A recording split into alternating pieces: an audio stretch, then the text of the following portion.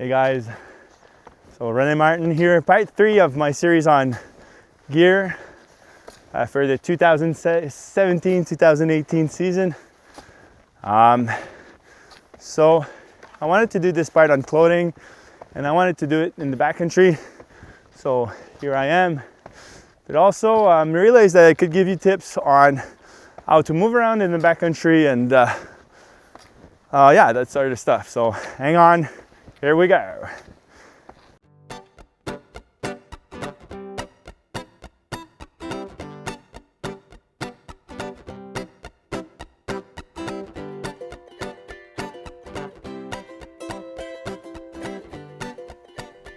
And do you have a tip for removing air in your mouth?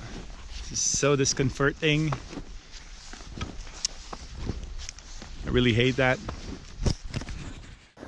So I'm currently in the backcountry close to my house. This is the provincial park I work in, the Jacques Cartier Provincial Park. And this is what it looks like.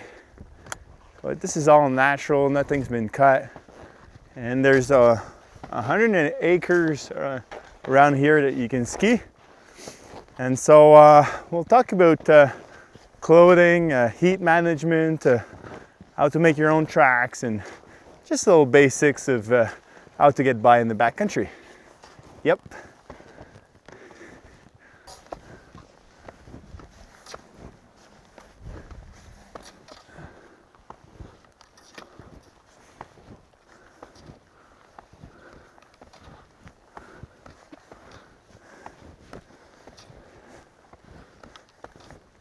So what I really like about going out in backcountry is that you make your own rules, you know, but then you're responsible for your behavior and your actions.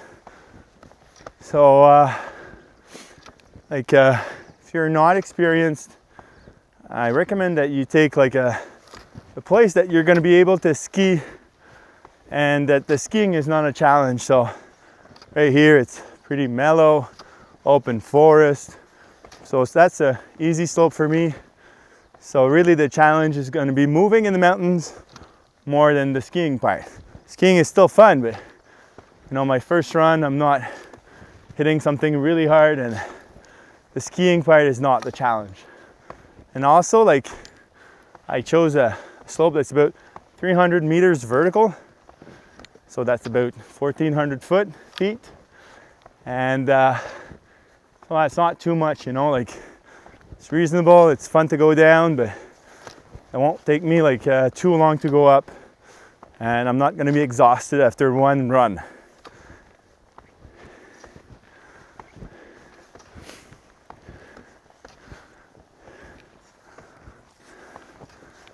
So the other rules that I like to have in the backcountry is checking for time of the day.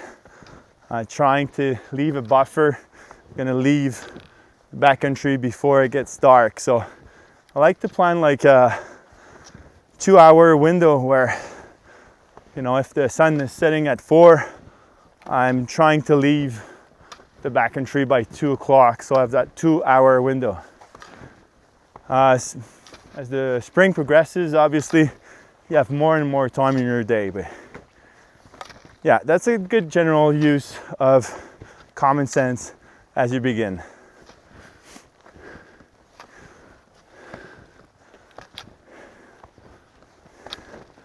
Normally, I would suggest that you travel with at least 2 partners.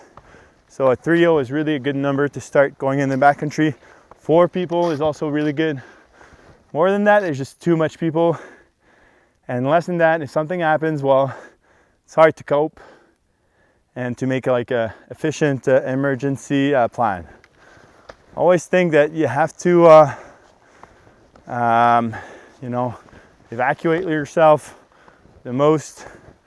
Like, so I'm not following that rule now. Today I'm by myself, but yeah, that's not the best, you know, like I shouldn't be doing that. So be warned.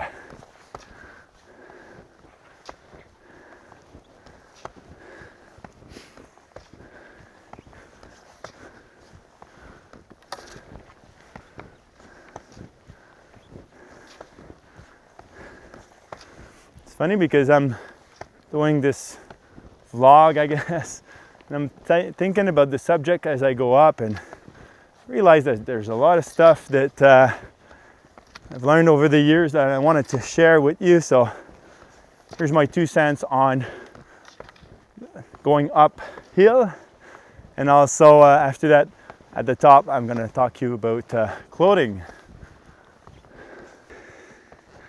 So a lot of times I see people following tracks and getting exhausted in the skin track because it's too steep. So my first advice would be to make your own track, at least for a little bit, or once in a while, to feel the snow and feel, go at your own rhythm, you know. A good advice I was given when I started is, if you can close your eyes and it's not too steep, then you're okay. You know, if you close your eyes and you can't control yourself, your balance and everything, because you're climbing too steep. So I have this little gully here, barely visible, but going across from one side to the other, from this side to the other like this, and just following my path, and I'll end up on this ridge here, and I won't go in the steeper part here.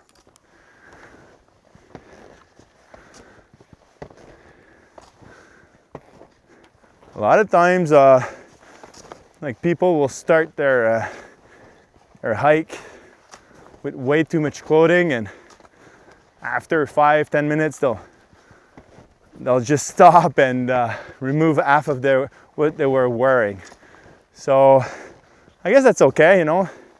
But what I do is I will leave the parking lot or the trailhead with very few clothing, and I will make sure that it's a bit chilly, you know, like I'm always like a bit shivering when I'm starting the day. And so after 5 minutes, I'm just good. I'm okay. I'm not too sweaty. And yeah, so makes my rhythm more fluid. I don't have to stop after 5 minutes on the trailhead. And so today is it's a spring day. It's 0 centigrade, or about 30 Fahrenheit. So obviously I'm really lightly dressed, no gloves. I could be without a hat, and just a little fleece, and it's about it. So I don't know if you can see, but a lot of times when it gets just steeper, people will get their tips in. I like to just go a bit around and follow the terrain more, and don't do straight lines. Really go around and see if there's a little obstacle, you can go over, no problem. But all these rollers, you know, don't go just straight into them, just go around.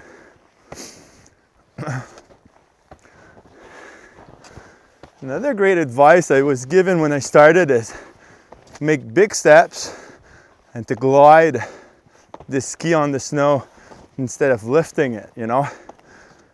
And it will make a huge difference in the end of the day. I'm not going to be as exhausted from lifting, you know, like a few pounds every step of the way. And big steps, because really enables me to have the best glide on the skins.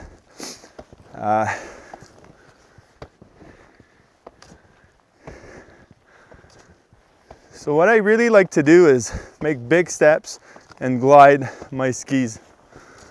Also, being big steps, it makes my tips go out of the snow. And today, obviously, there's not much snow, but I guess you can imagine that if I do a big step at the end, my tip is rising out of the snow.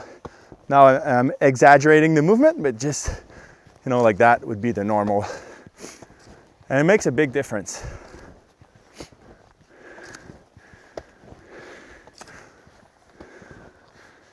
So I'm always looking around and looking for the best path possible. So at the bottom, I thought I'd go right up this ridge here, but going up, now I see that there's this ridge here, tracks one up this way, and it looks mellow, and it also looks like I can go over this way and around. So, you know, as long as you're aware of where you're going and your final destination, make sure that you always adapt your trajectory to the terrain, and don't fight against it because you said you were going to go one way, then you're just stuck in that direction, you know. Sometimes going around a few 100 meters is well worth the detour, saves energy, and yeah, that's a good philosophy to go about in the mountains.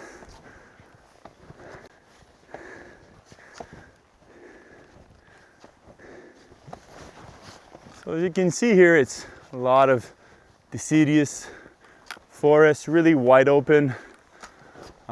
Instead of going in that dip, I'll go around and keep my angle.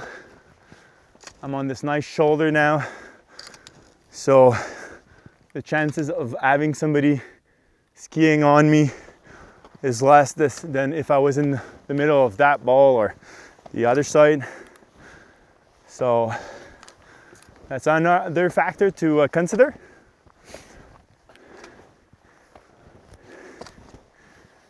So if you're traveling a lot in the Alpine, which I'm not here, but a lot, you know, like if we let aside all the avalanche problems that you can encounter and where to go to avoid them, I'm not going to talk about that right now because I can't show it to you. But what I see is a lot of people will go steeper in alpine terrain.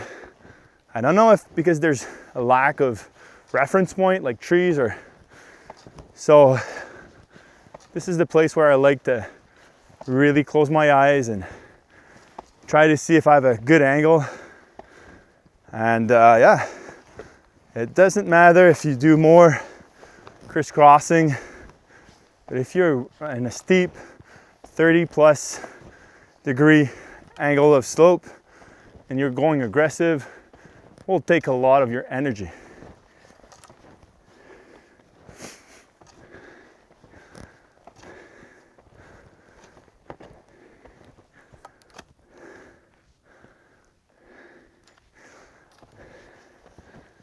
All right, so I really like to, you know, like go up at a slow pace at first. And if you plan on doing the whole day, a lot of people will get 1 or 2 runs when they're beginners, and then they're just going to be exhausted.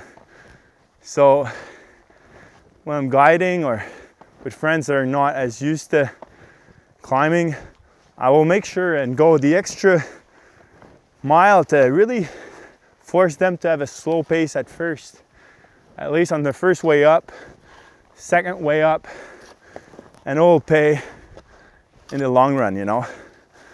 And we see so many people going out in backcountry nowadays, and I guess it's harder to meet people with experience than it was before. And you see people repeating other people's mistake a lot. So I'm talking a lot about making big steps. So this is just a general rule of thumb or a guidance. A lot of people will go too steep. They'll put the heel risers a lot on and leave them on the whole way up. If you can, avoid putting the heel risers up, and whoop. Yeah, and it will enable you to make bigger steps instead of baby steps. All right, so I'm talking about making big steps the most possible. not always possible. Sometimes you're in an area that forces you to go up more, and you're like caught in that terrain that you need to put the heel risers on. So that's nothing bad, but take the habit that remove them as soon as you can and walk without the heel risers the most possible. Will enable you to make bigger steps, and once you're stuck with heel risers, you'll make like baby steps like this, and it becomes a lot more exhausting than if you're making big steps.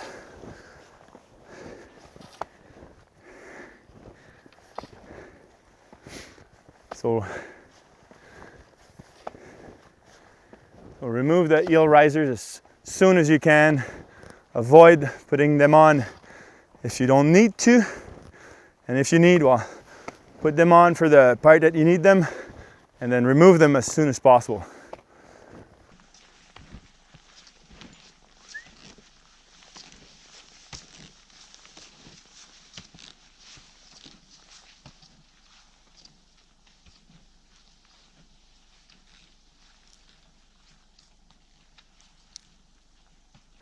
So another great tip is to try to not use your poles for a few 100 meters to try your balance.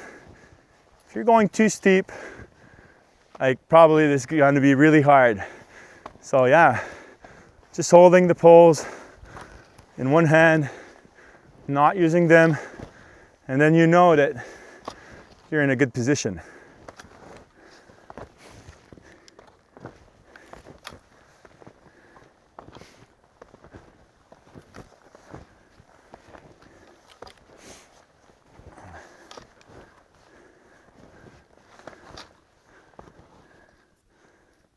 So sometimes if the terrain really is too steep and it's going to be hard to go on top, before it gets too steep, I will tap my way and make a kick turn.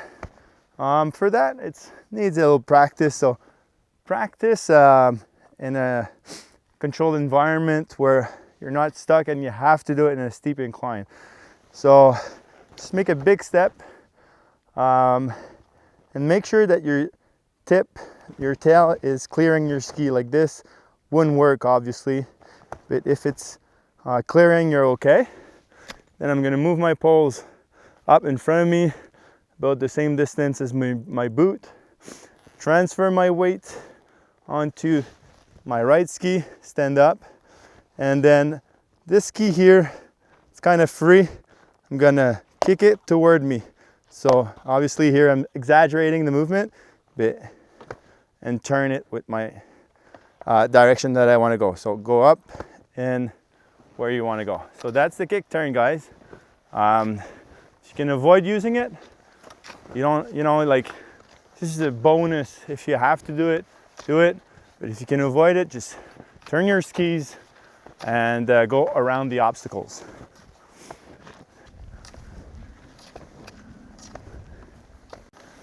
So the advantage of walking up on shoulders is that once in a while you can see on either side of the shoulder. So now I see this bowl with lots of tracks in it. So, well, it's not so bad, but if I want really to be the first fresh track, like nobody's on this shoulder, everybody's in the gully.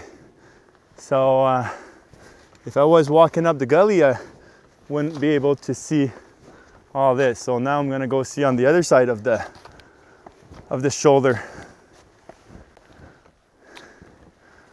All right, so I'm really higher up on that shoulder now, and so there's more tracks here on this side of the shoulder, but they're all going left. So I have like a little depression here, and I know because I was on that shoulder here that nobody went up that little dip to ski that shoulder. So everybody went left here, and we saw coming from here that there was a lot of people in the right gully. So this is going to be a good place for first tracks. And this was my up track, so I know the terrain. There's no rocks or stuff like that. So I'm still a little ways up, but that's a good indication on where I want to go. So instead of, if I don't have the choice and I need to go and there's branches that are dead blocking my way, I'm gonna use like this thicker part of the pole where the handle is, and I'm gonna make small hits on the branches. So the goal really is to clean your way, but be careful. I've seen people breaking their poles using the smaller part and just whacking too much. If you can avoid it, you just go around, but if you need to, just make your way. And yeah, they're all dead branches. They have their utility in the forest, but yeah, like if you have to, you can do it, no problem.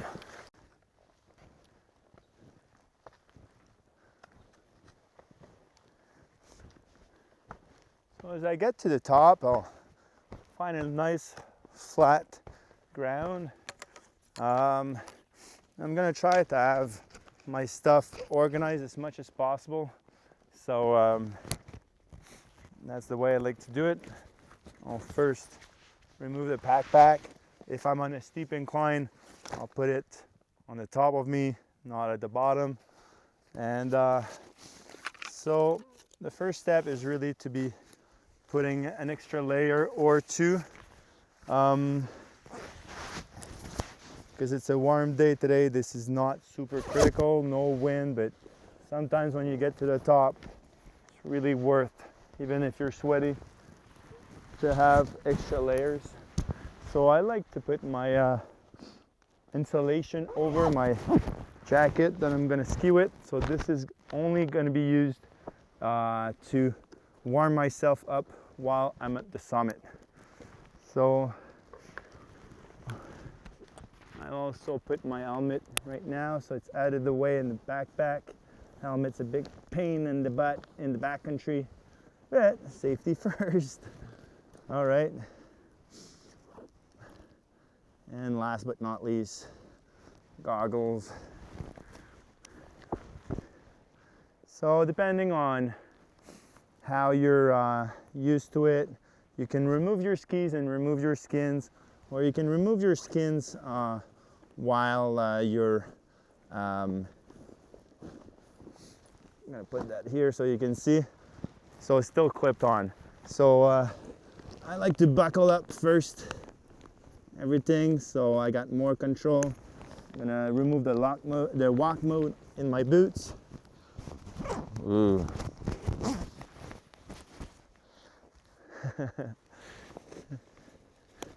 All right. So sound might not be good because of all that clothing, but I'm gonna do my best. So once I'm in the ski mode on both skis, remove this snow here, and I'll put my skis into the ski mode also.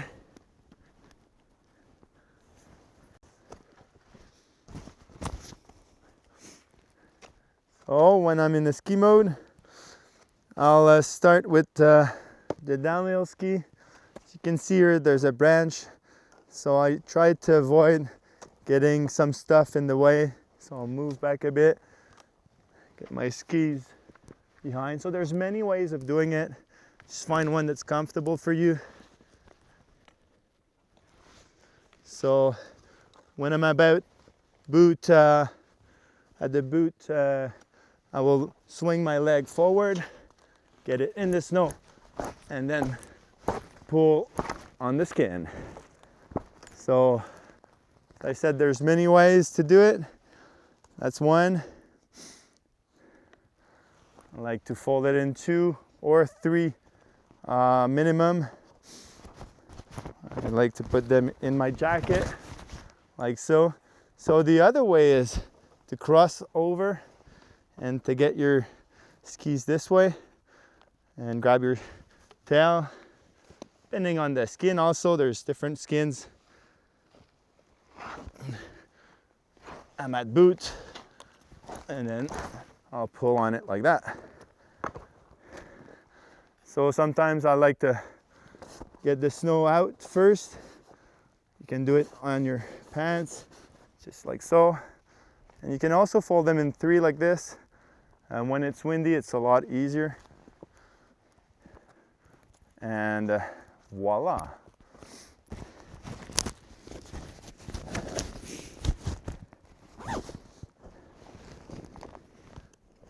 Tighten the boots more. Almost ready to go now.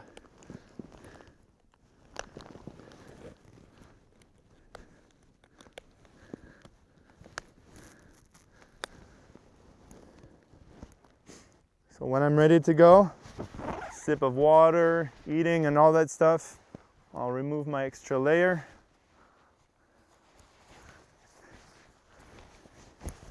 Put it in the backpack, just like so.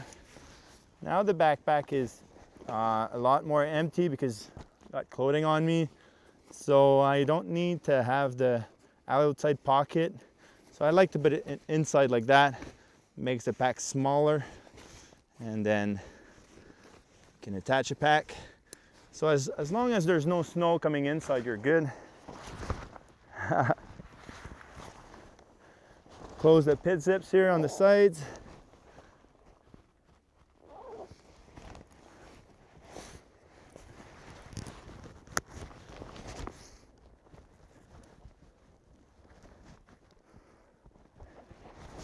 I got that stupid camera extra.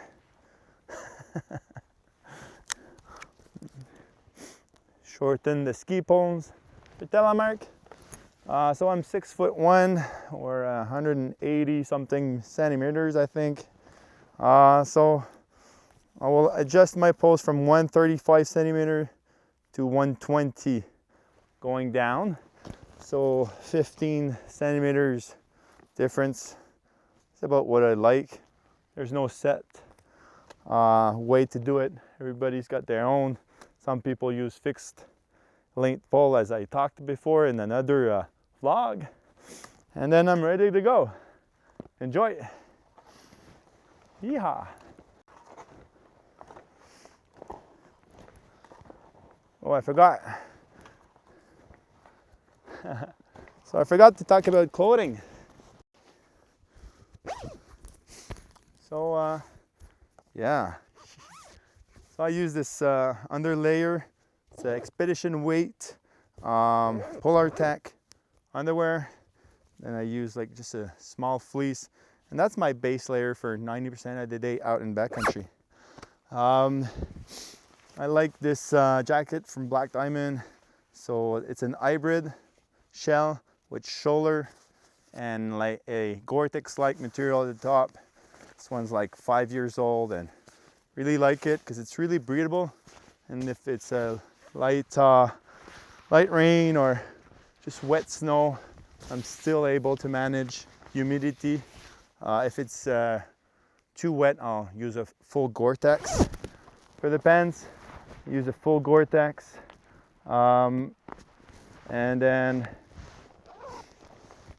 I have like a, I don't know if you can see it, a fleece bib or fleece short, and then under it just another expedition weight from Polar Tech. So same at the top and the bottom. Underwear, that's a Polar Tech expedition weight, a light fleece, and then an outside shell, and that's good for me. Depending on the weather, I might jump another layer at the top, even where my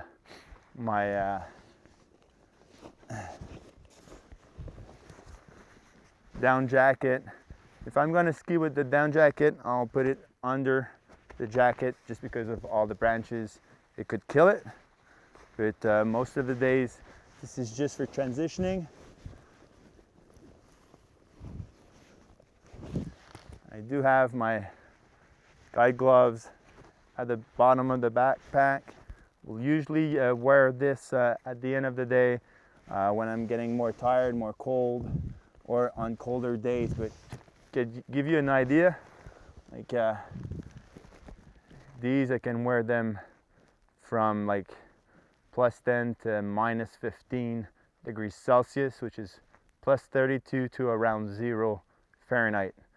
So yeah, that's the way to go. Little insulated leather gloves. All right.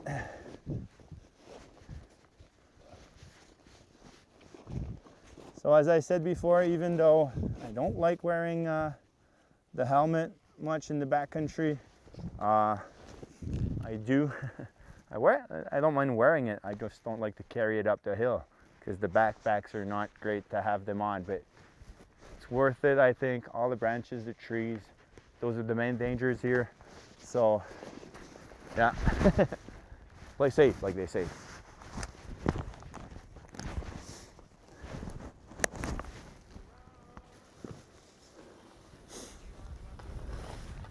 All right, guys, so that's it for today. I really hope you've enjoyed this little video on the tips moving around in the backcountry and on clothing. Until next time, enjoy Mother Nature. Peace. Yeehaw. Yep, buddy. And I'm easy today. And I think I've got it in me to make it through the day. All right.